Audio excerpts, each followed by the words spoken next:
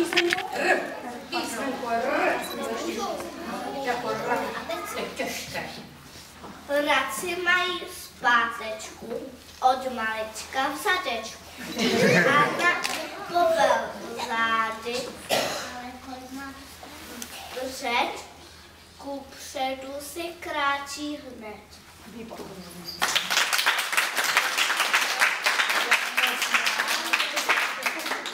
Patriku, zvládnul jsi to, proto ti pasuje na čtenáře.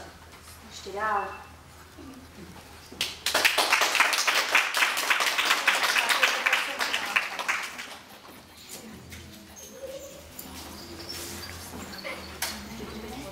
Ještě se osoj zase k publiku.